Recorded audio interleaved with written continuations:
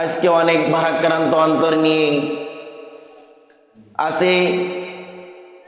রাষ্ট্রীয়ভাবে আজকে সারা বাংলাদেশে মসজিদগুলোতে তার জন্য দোয়া হবে। আগামীকাল শরীফ ওসমান হাদি ভাইয়ের জন্য শোক দিবস রাষ্ট্রীয়ভাবে হবে, সরকারি বেসরকারি প্রতিটা জায়গায়।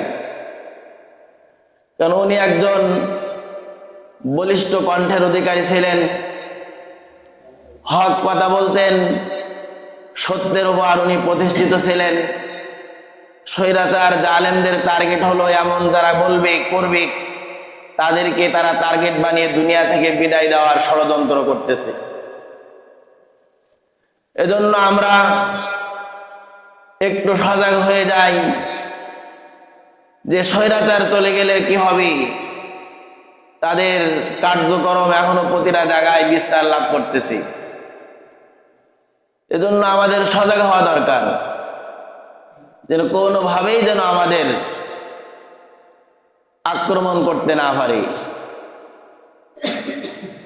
এবং আমরা দোয়া করি আল্লাহ তাআলা ভাইকে যেন শহীদি মর্যাদা দান করে জান্নাতের উচ্চ মাকাম দান করেন, আমিন।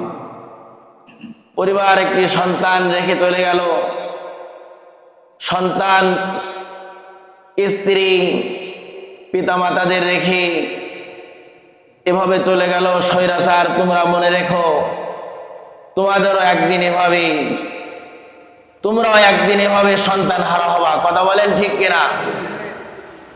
তোমরাও একদিন, আজকে যেমন শরীফ ওসমান হাদি ভাইকে তোমরা তার স্ত্রীকে বিধবা করছো, তোমরাও তৈরি থাকো, তোমরাও একদিন তোমাদের স্ত্রীদেরকে তোমরা বিধবা করবা। এজন্য আমরা শরীফ ওসমান হাদি ভাইয়ের জন্য দোয়া করি। পরিবারস্থ যারা বেঁচে আছে আল্লাহ তাআলা যেন তাদের ধৈর্য ধারণ করার তৌফিক দান করেন, আল্লাহুম্মা আমিন। আজকে আলোচনার বিষয় রেখেছি সেটা হলো এই ইলমে দ্বীনের গুরুত্ব ফজিলাত সম্পর্কে।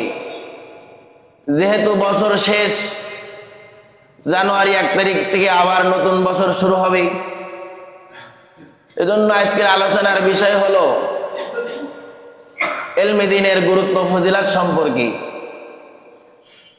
আবার অন্যদিকে জুমাদুল উখরার মাস শেষ, আজকে 27 তারিখ।